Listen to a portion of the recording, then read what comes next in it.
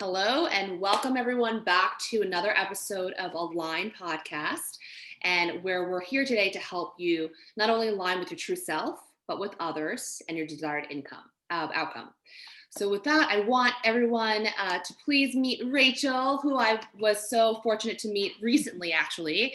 And I invited you on, Rachel, because we initially had this like electricity when you spoke, where you're very abundant mindset, you're very glowy, and not only do you believe a little bit of the spirituality of things, but you're very practical.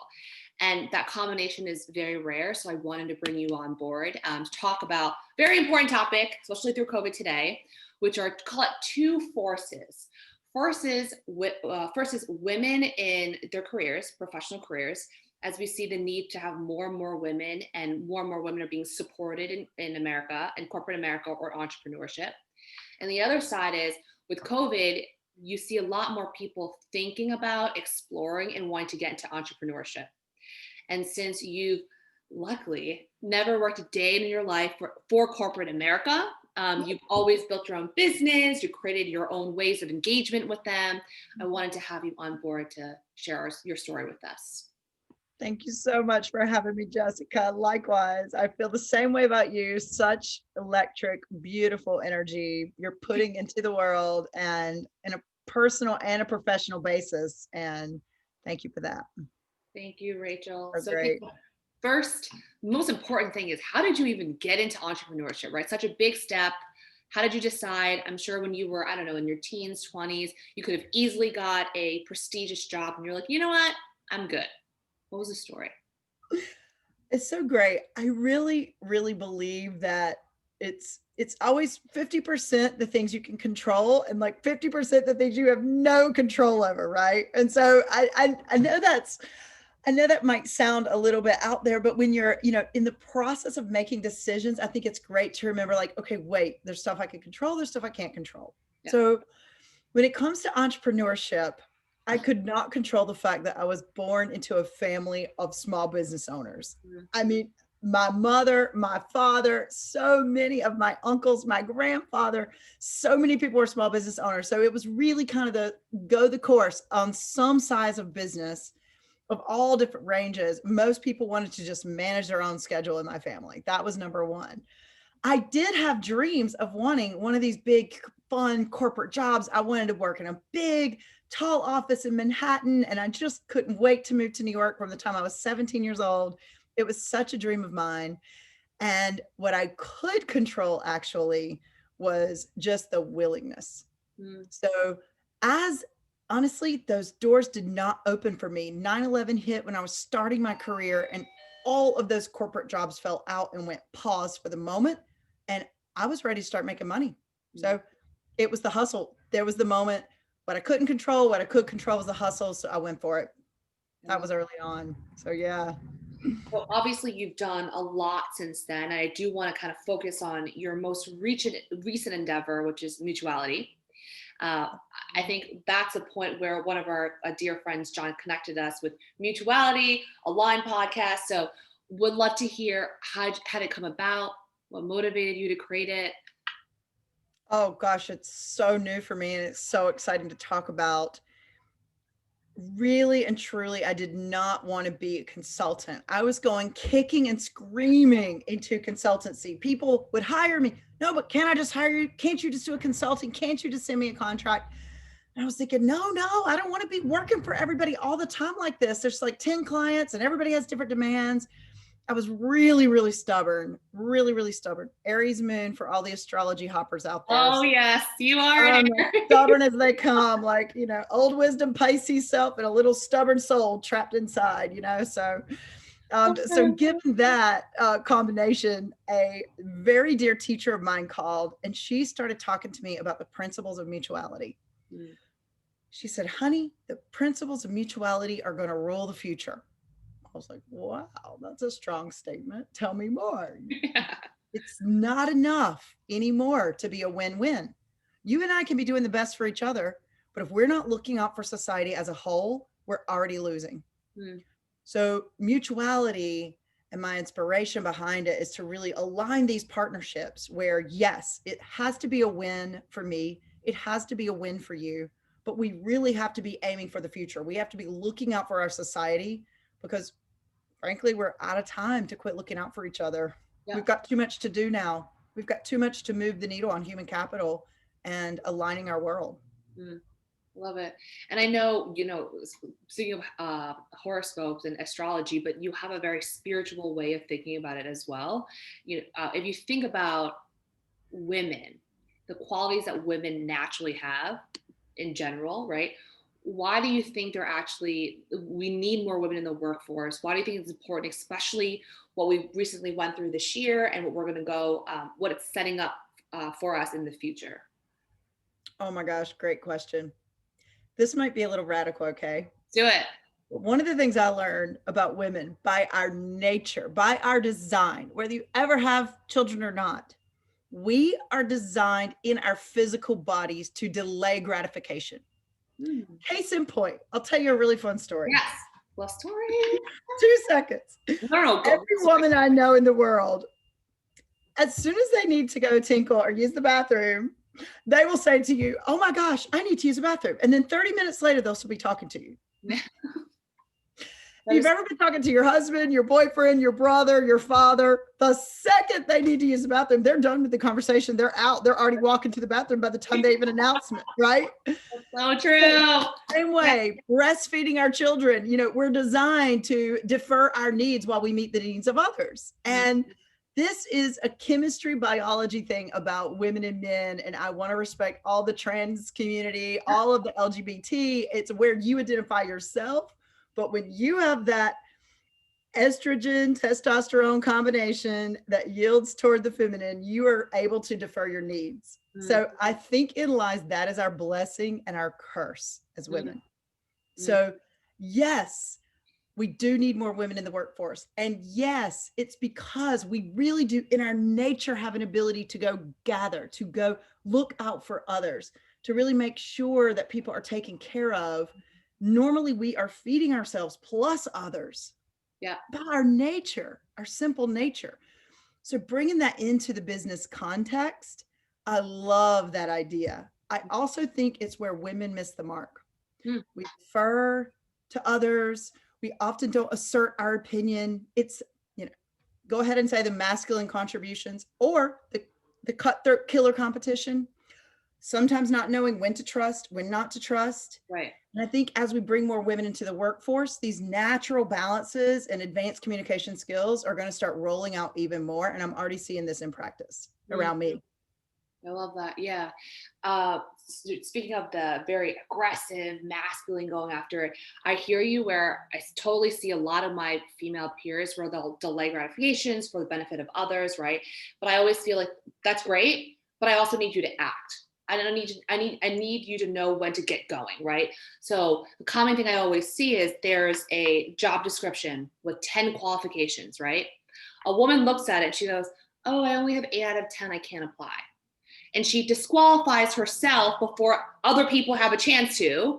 And the man goes, well, I got 2 things on the list. I think I'm good to go, right? And don't get me wrong, I'm so against like fake until you make it, not my thing, right? Yeah. But it's also big on you're gonna get there. Like you can do it. Just because you have 8 qualifications now doesn't mean you're not gonna get the 9th and the 10th, right?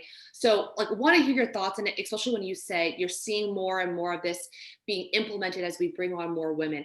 How can we kind of unlock this mindset in women and just encourage them to just go for it? Like you're not lying, right? You can be very upfront and say like, hey, I from the past have experienced these 8 qualifications, but still go for it. And no, you can absolutely get the last 2.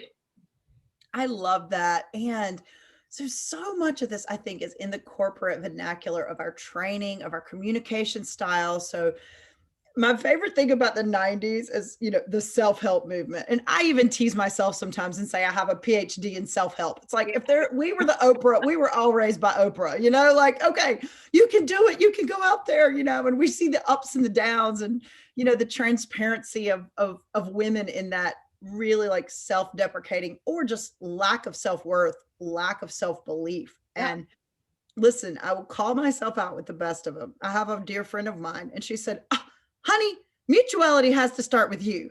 So, and I do find myself oftentimes looking out for everyone else and going, oh, but wait, first, let me get my contract. And then I can pay others. And then I can put these partnerships together. And so I check myself on this all the time. But what I see happening is a lot of like really high level partnerships training that's happening now. There's some really deep feminists that really influenced the early kind of 70s and 80s thought culture that spawned a lot of these women like Gloria Steinem, and that I think were kind of what I would say are my mother's kind of icons, right? Mhm. And I think now what's happened is we've cycled through, in my humble opinion, that version of feminism or that version of labeling. We're moving into advanced communication skills between all people. And I'm Mhm. seeing this happen in like Center for Partnership Studies. And it's it's now becoming less of a category, a category we need to conquer, and more of something we're going to implement throughout the cultural shifts that we need. So we're becoming very outcome oriented. So before we were not as outcome oriented, we were trying on theories for size. Now we need an outcome. And Mhm. so everyone, including men who are very competitive and focused mindset, they will open up and say, okay, however we need to get there. And Right. if it makes sense to get there in this approach of partnerships, absolutely. And that's where I've personally gained some of my best advocates. Mhm. And many of my best advocates are men, because I can just show them in their way how we're going to get there faster and farther. Yeah. And as soon as I can align that goal, and they trust me to get there, great. They don't even have to know how to do Yeah. it. Great, Rachel, let's go. And they'll follow the lead. And Yeah. so I'm so excited about that, because I do see a lot of hope. I am an eternal optimist in that way. And I do see a lot of hope in the way people are shaping corporate change. Mhm. Truly. Yeah. You're 100% with you when you mentioned the communication aspect that women, I'm obviously generalizing, tend to be better at in terms of walking you how we get to the outcome and the focus on the outcome. Two things that oftentimes in the consultant world, right, isn't necessarily focused. Like sometimes the focus is fancy decks that you spend hours, 2, 3 a.m. kind of rolling up your sleeve to put together. And when you take away the jargon or you take away the safety net of the book and you try to implement it, it just falls flat in your face because it's not realistic, right? And what I loved about how you do things in your practice is, okay, theory is cool and all, and like we're very rah-rah awesome, but then how do we actually make this outcome oriented and implement it, right? So I guess this is a little bit more specific, but for people that are looking to be an entrepreneur in a more consulting or more operationally intensive role, what kind of advice would you have for them to either get that experience, cultivate it, any mindset shifts that they should have to stop focusing on the minutia or things that you've been told that are important, like decks, versus actually getting stuff done? Oh, great question. And boy, is it relevant right now in the time of COVID-19. Let me just tell you. Yeah. So, past model, right? So, I love to take this notion of time, and there are side note, tons of great books out about time right now and just the nature of time in general, which I think is actually a scientific and spiritual topic happening among us. But when we look at the past said, as long as I've verified my leadership theory, then I can move forward. And I've CYA, covered my tushy Yeah. so that as we begin to move forward, I know the chances of me implementing something that will work are pretty solid, because, oh, by the way, this consulting firm said it. And then we did this study. And guess what? We used to have 2 years, 18 months to run those types of projects. And they had moderate outcomes, which was awesome, because that person probably got a promotion. And then the next person came in and the next consultant got hired. No, no, no. Gone are the days, folks. We Yeah. all got our what's handed to us, and no one got to cover them anymore back in March, right? And so, entree the world of what I call get ready to lead, because the world needs leaders. So, Yeah. what do leaders do? What's the real difference here, right? Was any of that wrong? Is it wrong for me to do a study I read we just got a stimulus package approved. I read through the stimulus package. By the way, it's 5,000 pages. So no, I did not read the whole thing. I type in keywords and I'm curious to see about certain things that I'm curious if they got funded in the federal government or not. Right. In that strategy, okay, grant after grant after grant after grant for studies. Is it wrong to do grant on studies of government spending? Probably not, right? But when you're an entrepreneur and you're working for a company who needs to pivot, no time for studies. It's called get into action, and leaders lead. So that's what I love to do. Those are the people I'm attracted to, and they're teaching me as I'm moving. So what I notice about myself, brag moment, I'm willing to be open and willing. Very unique principle that leaders recognize in others. Mm-hmm. So what I want to say is if you're sitting on an idea that you think you have for a company, be open and be willing to step into presenting that idea and let it go. Don't attach to the outcome. Your idea could be the best idea in the world. Your idea could be the worst idea in the world. It actually doesn't matter. What does matter is that you're open and you're willing to present that idea with thoughtful strategy and then have a plan for what you do once you're in motion. So I do this in partnerships all the time. I don't know if we have time for an example. No, go. Does it sound interesting? Yeah. So there's a company that I'm currently working with called Delos. We have just sold 100,000 units of air filtration to the schools across the US, including New York City, Boston, Chicago, Miami-Dade, and Baltimore. Okay, we've done that in 3 months. Originally, when we struck a partnership, all the logic said, and my idea was, let's go to the universities. Universities have financial backing. They have college alum that are dying to live on campus, that, college students dying to live on campus. They have students dropping out of college, not even going, not even spending tuition because they can't live there. Yeah. So we thought for sure it made the most sense to call the universities, right? So in my contract, I started the university campaign. That was the partnership alignment. You know what's so interesting? In that process, we got handed over to the public school system. Who would have known? New information. Yeah. These government buildings were so old, but teachers and parents have so much stress on them right now in the school system that the public agenda for getting kids back in school was just way higher than even the motivated college kids. Mm-hmm. They're both important. They're both great ideas. And guess what? The universities are coming around now. But who would have ever said that a public school system like Department of Education of New York City, one of the biggest school systems in the country, would move faster than a private college that could throw in air filtration in a second, right? Makes no logic whatsoever. Right. These are the times you're living in. So I hope the example makes sense because it doesn't mean the partnership was any less valuable. And in fact, it's the more and the more and the more because these entrepreneurs, these leaders at Delos, Peter and Paul Shala, come from a financial services background at Goldman. They were Goldman hedge fund twin brothers, super fun, super on their feet entrepreneurial thinkers. But, what they're aiming for is the target to make our buildings healthier. Period. Yeah. So every bit of it's good. Yeah. And we happen to sell the air filtration first to the toughest to penetrate market. Good for us. Who would have known? No, I love that story because it just really shows, having a decent leader is fine during peacetime, but it's during wartime that you really discover the true leaders and the gritty people who can pivot. And oftentimes, right, like when we go to college, we go to school, we're taught to think like this, right? But life is like this, right? You need someone who can handle and deal with this and let the ego go, right? I'm sure if you had an ego about it, you'd be like, why am I getting passed to public schools? What do you mean? We're fancy dancy. We should be in universities. But you didn't have that. You're like, well, we got to do what's going to work. So let's go and let's pivot, right? Super helpful story. I love that. Yeah. Very good. It's so exciting.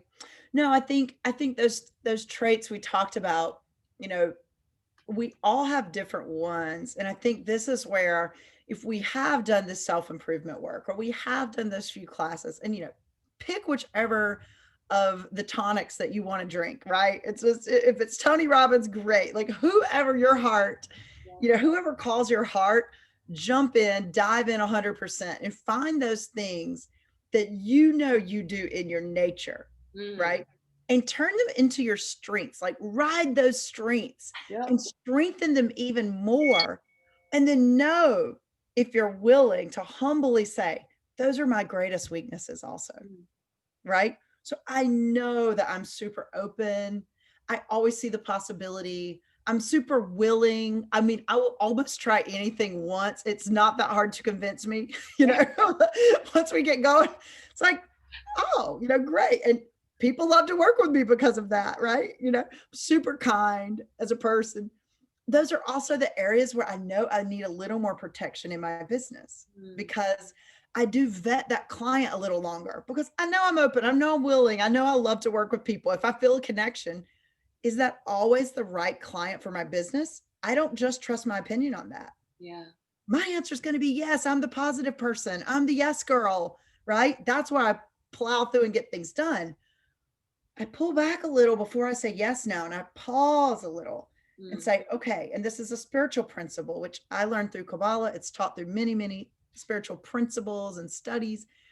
It's just when the momentum moves and you know your nature, pause on that nature. Take a moment and just pull back and then wait for some inspiration before you move forward. So for me, that means I get advisors to just check in on the scope of work before I sign a new client. For Mm. me, it means I don't sign a new client in a week or 2 weeks. I tell them up front, I have a pretty in-depth vetting process. Are you willing to commit to at least 3 45-minute meetings, working meetings before we sign contracts? Mm. I get that commitment up front. Those, see how we can go with our strengths when we know them, and then we can set up those things around it that support us in that strength. And those are the boundaries that we're talking about. As we set those boundaries, custom design those boundaries, right? Just been very hard for me personally, I will say. I'm like always reading Brene Brown or anybody I can get Yeah. for any boundary, any boundary advice, please. Do you have any? I would love to hear new boundary advice always. One day I was like, oh my God, asking for advice is a boundary. That's amazing. I can do that, like anything if it's a boundary. I love it. You guys. Seriously, I'll always take any new boundary advice. But what happens is with good boundaries comes a lot of safety.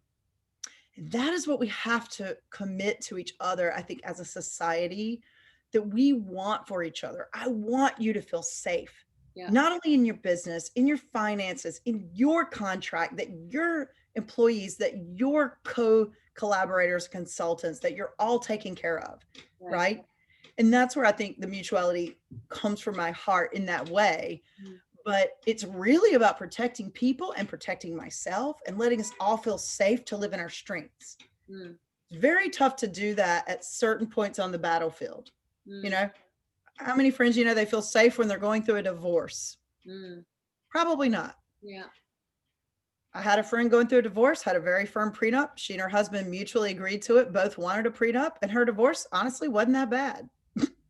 They already knew the outcome before they got into it. Right. Yeah. Now, no judgment around prenup, no prenup, whatever. But the point is in the boundary of it. Yeah. Boundary brings a safety that just isn't Yeah. always around. That's a really interesting point because kind of combining a few things that you mentioned. I always say, when you have this vision that you keep seeing and it's something within you, you're called to do it. I don't care if you believe in God, universe, whatever it may be, your inner guidance, whatever it is. You can't ignore that voice. Like it will only get louder and louder and louder until one day you want to accept it and do something about it, right? But to your point, it's great to have that drive to accomplish it and go for that inner vision, whatever it may be. But oftentimes, you're one track mind, right? Like you're of course gonna be super optimistic. It's your vision. You don't see a lot of the blind spots. So I agree with you. It's so important to, like for me, I love having friends who always disagree with me. Like I have one friend of mine who's always like, I just love to get you rattled. I'm like, this is why I keep you around, right? Because I want you to poke holes at my theory. That's the only way for things to work. So I'm with you. I'm with you really big on that. And so many boundaries. By the way, we could talk offline, but like I am a boundary queen. So I think that's why we were also connected. But you can't pour from a cup that's always just has holes leaking, right? And my thing is, this is one thing that may be helpful for you. Saying no or creating boundaries is not mean. It's not, you're not doing a disservice to the other person, because when for some reason you're guided to give this specific person a no, you're saving your energy for all the other yeses that are more aligned for you. So that's what I used to be like the yes queen, like, oh yes, do it. Sure. Can you take this call at like 4 a.m.? No problem. Like whatever. But then if I do that, come 7 a.m., this extremely important meeting that's coming, I'm not gonna be my best self. I'm gonna screw it up. So I'd rather ditch the 4 a.m., ask for a more, appropriate time than a 4 a.m. call, reschedule that to make sure I can be fully me for the 7 a.m.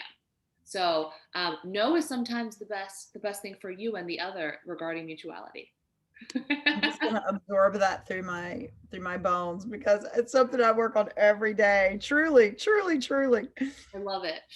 You kind of touched this. You kind of answered me already, but 2 or 3 traits you think that has made you successful as an entrepreneur. You mentioned obviously being open, being kind, finding mutuality, not just for you and the other, but for the society in whole.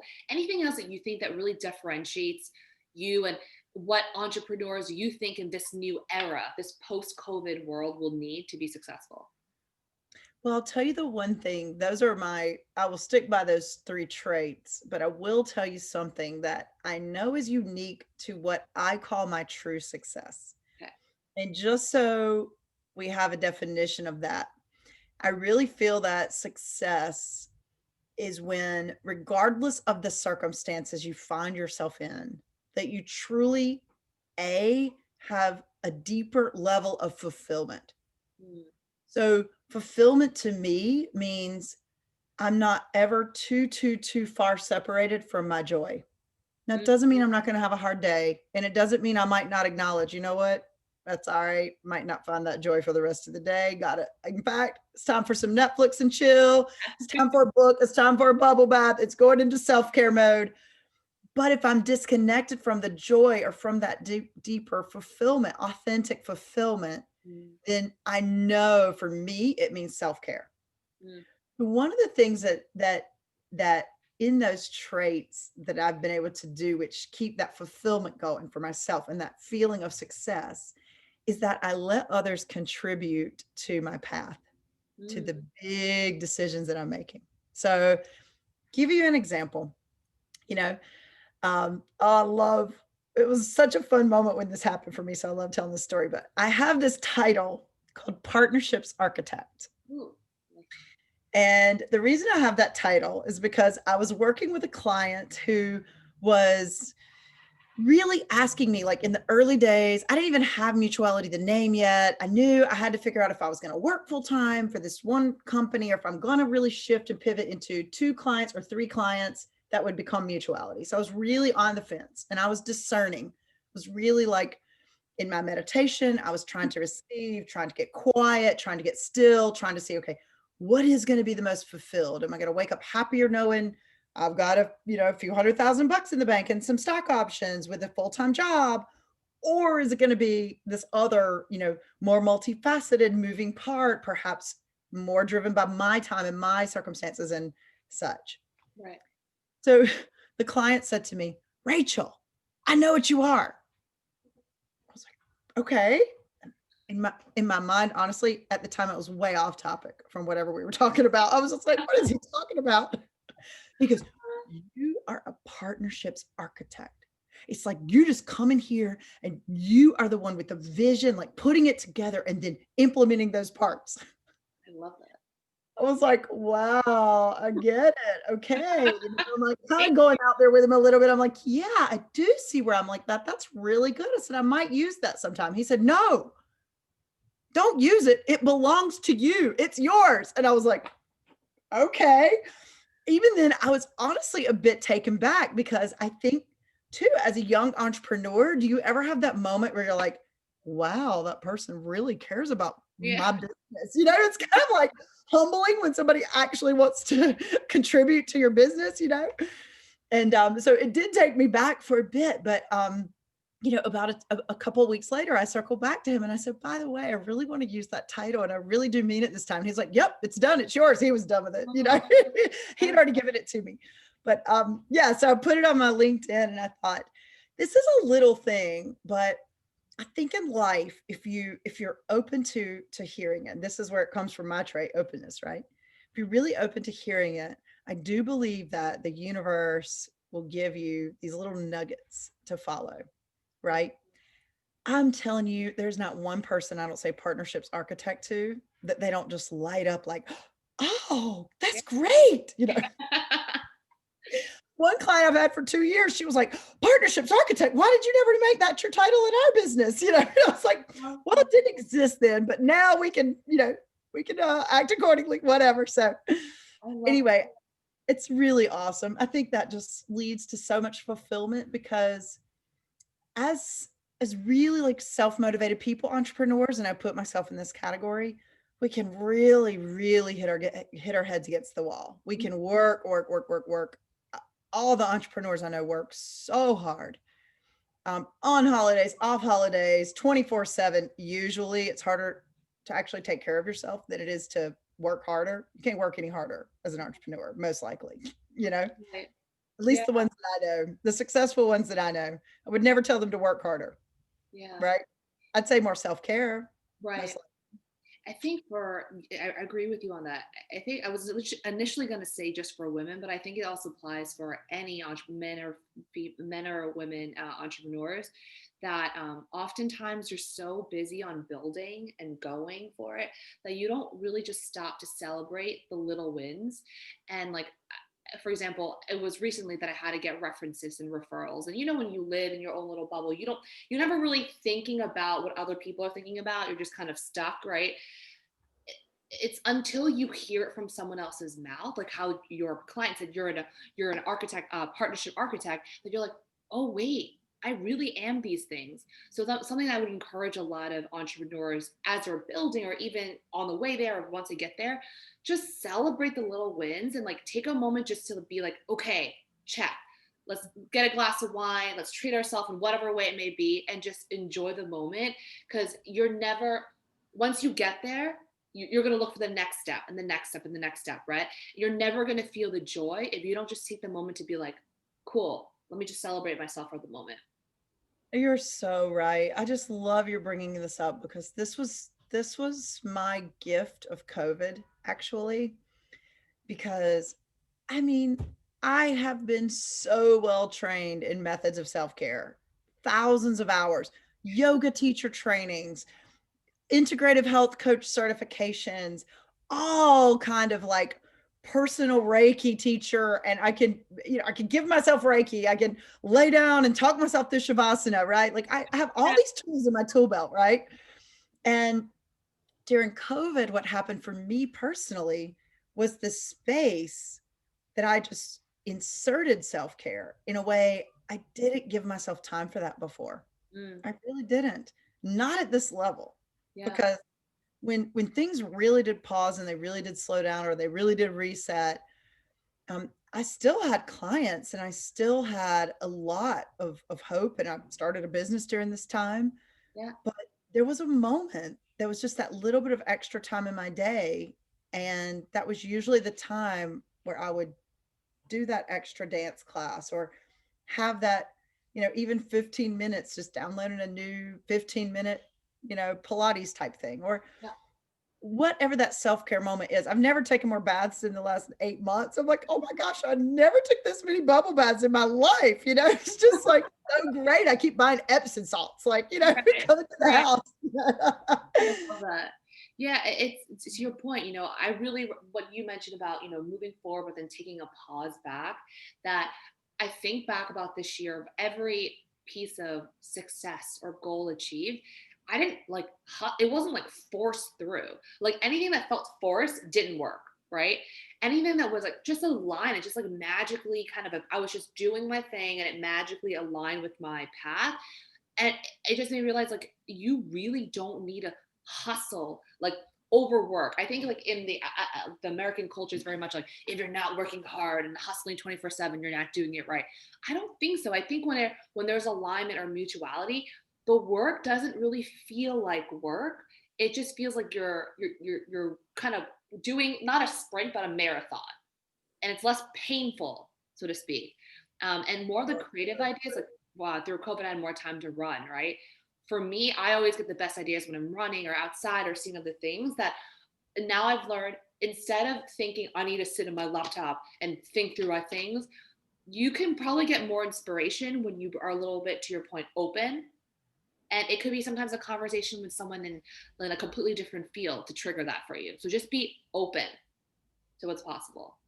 It's so great. I always admire, I started following you on Instagram. Oh, Yes, and one of the things I just admire about your Instagram, and it's so fun to meet the real person. Go ahead and tell them what you admire about it, because I yeah. think sometimes we do have a glossy life on Insta, and of course we want to post the things we're enjoying, but the thing I loved about yours is I could sense that you were really enjoying life and enjoying your self-care, enjoying taking care of yourself. And I thought that was such a beautiful thing to share, to for because there is a piece of the culture shift that is important, to really stop glamorizing the overworking of something. Right. And there is a glamour we have to it. There's a glamour we have to hustle. And I mean, I'll hustle with the best of us. I love it. For Yeah. me, what you're saying is true. It doesn't feel like work. I love it, and my family jokes, well, oh, we're going to talk about business again. Shocker. Rachel loves business, blah, blah, blah. But yeah, I think finding that joy and that passion of what it is just so great. And I love that you relay that on your Instagram. Thank you. It's so that's so honestly so wonderful to hear, especially from a female. Sometimes my friends joke around saying, "Oh, everyone always just shows the most glamorous side." Like my rule of thumb is like I will never like alter my photos, do all that stuff. Like this is me. Maybe I'll make it brighter or less than, but like that's it. And like I just want, and like people who know me as a person, as a professional, like of course they know I work, but I always make an effort to say like, guys, like I didn't get here because I hated my life. And like to all my friends who I actually met a guy on the airplane when I came back from my trip recently, who kind of walked me through like the life in banking. And, to be fair, a lot of people do have a more, not everyone goes through hell in banking. But something for me was I wasn't willing to do that because I knew I'm not okay living that lifestyle and essentially giving up my best days for maybe the promise of a better future. I just always had to trust that I will get wherever I need to be doing wherever, like whatever, depending on wherever I am now. And so it's so nice to hear that like people see that balance of my life, that like I am not a pure hustler. I definitely want to enjoy it. Which is a perfect transition to the next question, which is very dear to my heart. And I think you do this really well. So I think about women in professional fields or career, right? There are two massive extremes. There's one extreme where it's maybe this is the way they grew up, where it's I have to be a man, I have to act like a man, I have to have no emotions, I have to dress like a man, talk like one, be completely not me as a woman just to survive. So you become a little bit robotic and you're not authentically you. And the other side is you have women who completely go beyond their femininity and use their sexuality to gain power, right? What do you think about this spectrum? Personally for me, I'm really big on being authentic, being feminine, being yourself, being professional, but you're a woman. You should talk, act, breathe like a woman. So what are your thoughts about this spectrum? And as we think about, the new corporate America or the new economy that we're going to have going forward, as we have more and more women coming in, we're kind of shaping the culture to be whatever we want it to be. What are your thoughts on how women should act along this spectrum? Oh man. I mean, boy, you said authenticity first, but that rings true to my soul, Mm. because I think in that moment of, really knowing ourselves, we know we know each and every one of our boundaries. And so, oh, It's so easy, I think, to jump into an immediate place of judgment because as women or men, we always are looking at another and we can see a comparison, and that comparison, that judgment, and however you want to use the word, to see our differences is the easy part.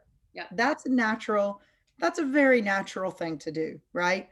So it's easy for me to look at that very masculine oriented woman that's wearing the pantsuit and always is in the CEO boardroom and think, yeah, she's just not feminine, right?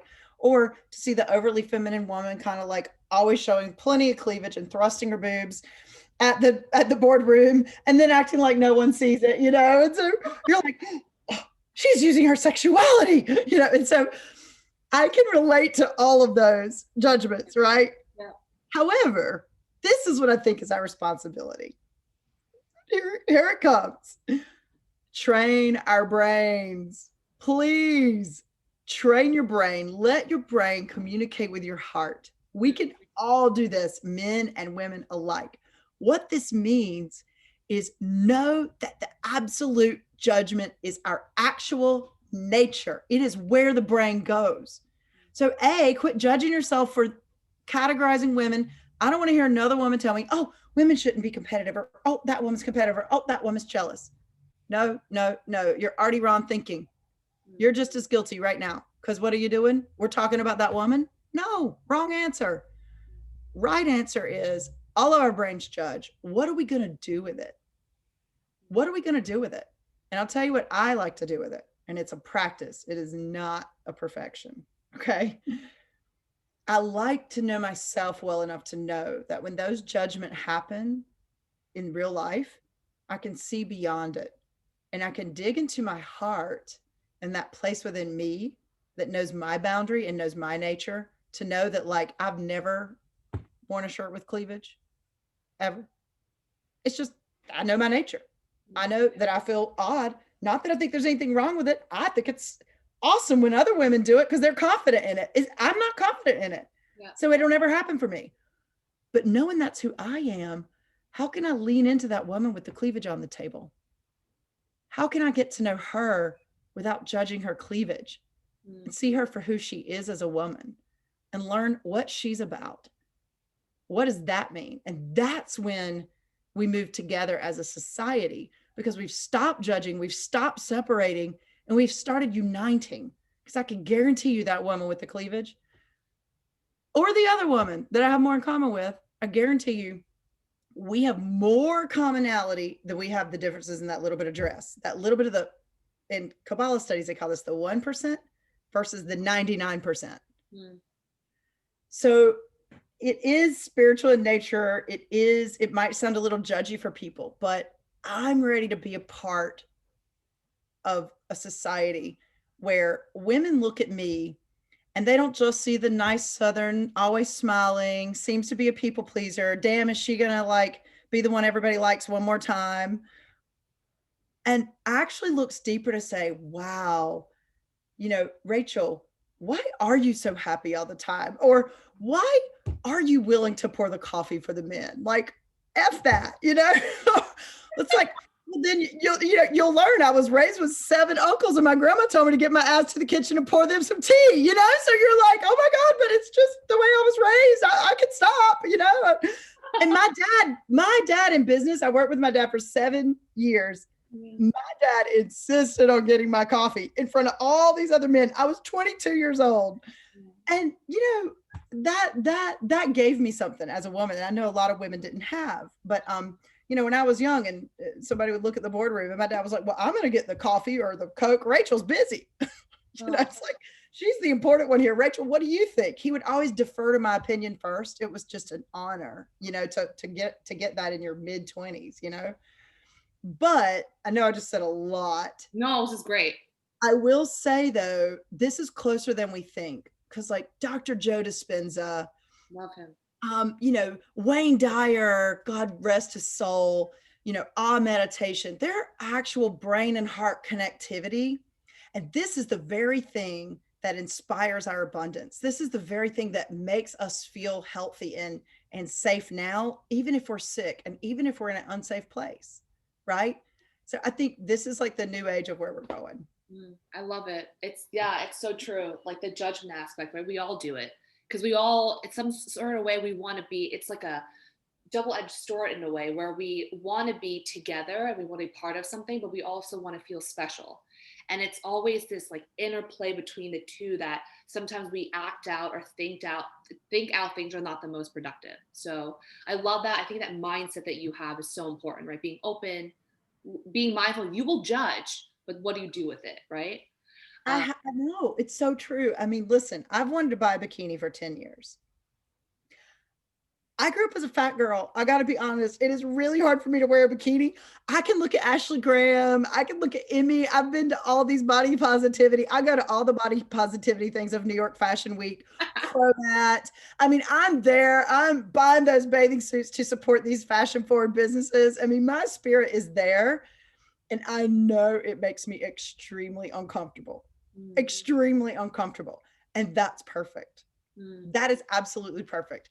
And there's a reason if I can see somebody and oh my gosh, they're showing their, they're wearing a sports bra or they're in a bikini. I'm like, oh my God, like, how do you get that body confidence? Like, how do you actually like walk out and, like, oh my God, yeah, it's like you're totally covered, in a two piece, or whatever. And it sounds like a funny thing. I mean, that's me and my little one thing. We all have these though, yep. right?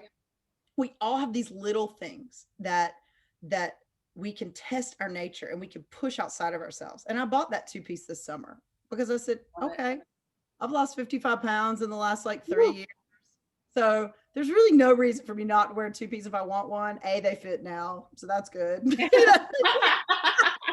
Heck, I love I mean, but it's just like, I think that's when we grow, because you might not think it's a big deal. I mean, you could have on your third bikini of the week and it's just like not a thing. You could go jogging in a bikini and it might not be a thing, but it's what counts when I put on the bikini and walk outside, it. right? And so then we can get in that uncomfortable, we can push ourselves Yeah. in that uncomfortable place. Yeah. That's exciting. I love that. So, What's your thing? I've given too many no, confessions. no, no. My You have thing. to give me at least one. Define, no, I definitely do. Define a thing so I can properly give you a thing. Whatever came to, did you have anything come to mind that you're a little uncomfortable with that others might be super comfortable with?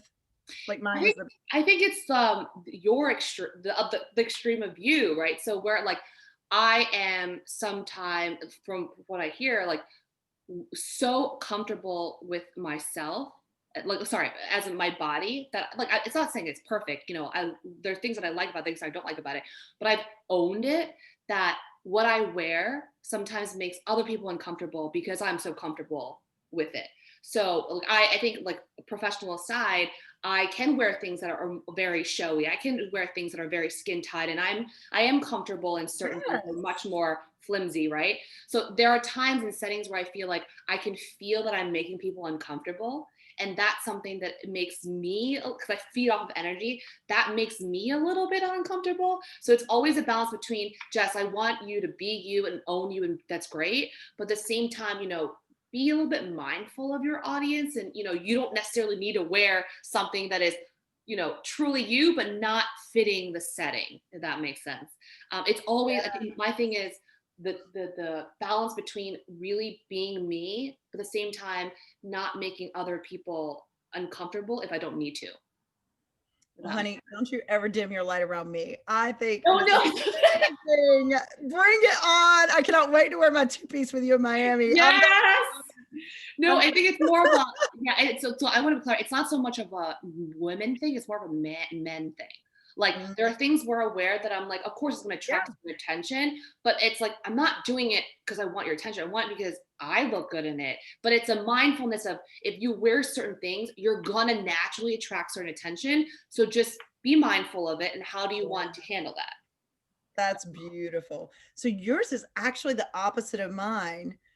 You're different, or like different comfortability might be like going totally conservative and having them not look at your outfit and having them see you for you. Yes, yes, Oh, I love it. I love Oh, it. There we go. I this is love so it. good. And I just love these things because this is like when you practice these little tiny things, just for fun human life experiment, I really believe it changes the brain Mm. and it allows us to really contribute that change. I forget who was, that said, the change starts within. It starts with yourself. I think it was I'm pretty sure it was Mahatma Gandhi who said, if you really want to change the world, start with yourself, basically. But I Yes, think we used to look at that like, oh, well, you go be perfect first. It's like, no, what it means is begin with my energy, my attitude. I think that was more of an energetic tone and quality of real change. What does change really mean? And it's something different for each one of us because your boundary is different from mine. yeah, yeah, And if you weren't pushing your boundary or I wasn't pushing my boundary, we wouldn't be changed. I We agree. stay unchanged. I agree. It's And I, really great to take that as a society and then move it within these little things. Like, can we not try this out on the CEO boardroom, for example? Let's mm, try it out on something small. Let's yeah, just try it out with dressing for one meeting. yeah, Where, you know what? I'm going to wear something that might show my cleavage one day, and you can throw on a turtleneck, and we will exactly. go to the meeting and see what happens. I love it. No, it's true because I feel like whatever we, in our old way, whatever we like pride ourselves to be like, these are my strengths. What if we took those away? And what other new strengths can you develop?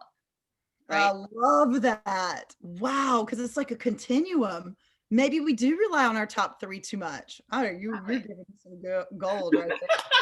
So, no, Oh, I'm loving this. No, we could talk all day. I'm just we so grateful for you. Thank you so much for inviting me to get to know you better. And I am so here to support Align and where you're going with your vision, and I'm so excited to help collaborate and maybe even set up some partnerships one day. And love it. Honestly, Rachel, I mean this. I think when we first spoke, when we connected, 2 minutes in, I got goosebumps. Like what you were saying, I could literally feel your energy through the phone. And I'm like, there's something about this woman. I don't know what it is. And then as we wrap up the call, I was like, I just know that there will have ways that we're going to collaborate together and make this whatever community or whatever little world that we want to focus on a better place. I really have this healing energy from you, and I just can't wait to see all the amazing things that you're going to accomplish from it. Like I'm really, really blessed that we got connected, honestly. thank I you. love it. So one thing I always wrap up with, That is such a beautiful thing you just said to me. of So course. thank you. One thing I always wrap up with is I really believe everyone has a gift, and kind of to your point, being finding your strength and using it. I think everyone has a gift, and when we unlock it and use it, we'll make this community, this world a better place. So, what do you think your one of many unique gifts are? Well, it's one of my strongest desires, which is connection. Mm, So even the even the beautiful compliment you just gave me, that's really what drives my soul every day, as I really want to feel connected to others. mm, And there was a recent really recent clip on Oprah recently. Toni Morrison was telling about her late start in publishing mm, and writing. So Toni Morrison was a very successful publisher, and a friend of mine made me watch this clip, and I love it. Toni Morrison said she was sitting at her desk with so much to do, she would never get through it all. So it was frustrating. She wanted to be a good mom, good wife, good mother, good publisher, all of this. So she wrote down her to-do list and she started crossing out everything that, if this doesn't get done today, if my life doesn't depend on it, right? mm. At the end of the day, she had two things on her list: be an amazing mom and be a writer. And that day she started writing, and 1 year later she had her first book published, which was recognized and awarded that year. So my one thing, my Toni Morrison exercise that I did over like a week, was I really want to be connected to others. Mm. That's the one thing that if I don't feel connected, I think my soul would wither up and die. Yeah, I love it. And I think with your spirit and your energy, you're never gonna not be connected, girl. If anything, you're like turning people away. It's like, I don't have time, boundaries, boundaries, you know? Amen. That's taking you up on that boundary call too. No, I'm not kidding you. I'm the boundary queen. I'm happy to help. But honestly, Rachel, thank What you is so much. yours? What My is yours? my what? your one thing that you're share?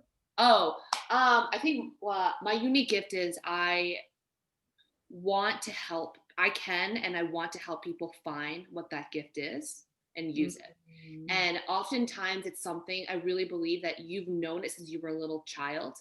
And before you got told by your parents, society, what you can or can't do. Say, for example, you saw something you liked when you were a child, you would run up to it. You wouldn't be scared of it like bit you, if it like burned your hand, if it rejected you, like you weren't trained yet. And I think that childhood self is really who we are in the essence. And I just want to help everyone unlearn all the things that they've learned that are unproductive to get back to that gift. And inspiring people to use that gift is, I think, my like sole purpose. Beautiful. Thank Amazing. you Oh, so much. Oh, Rachel, thank you so much. you too. I'll Have a call soon. beautiful one. Boundary call. Okay. Bye. Bye, love.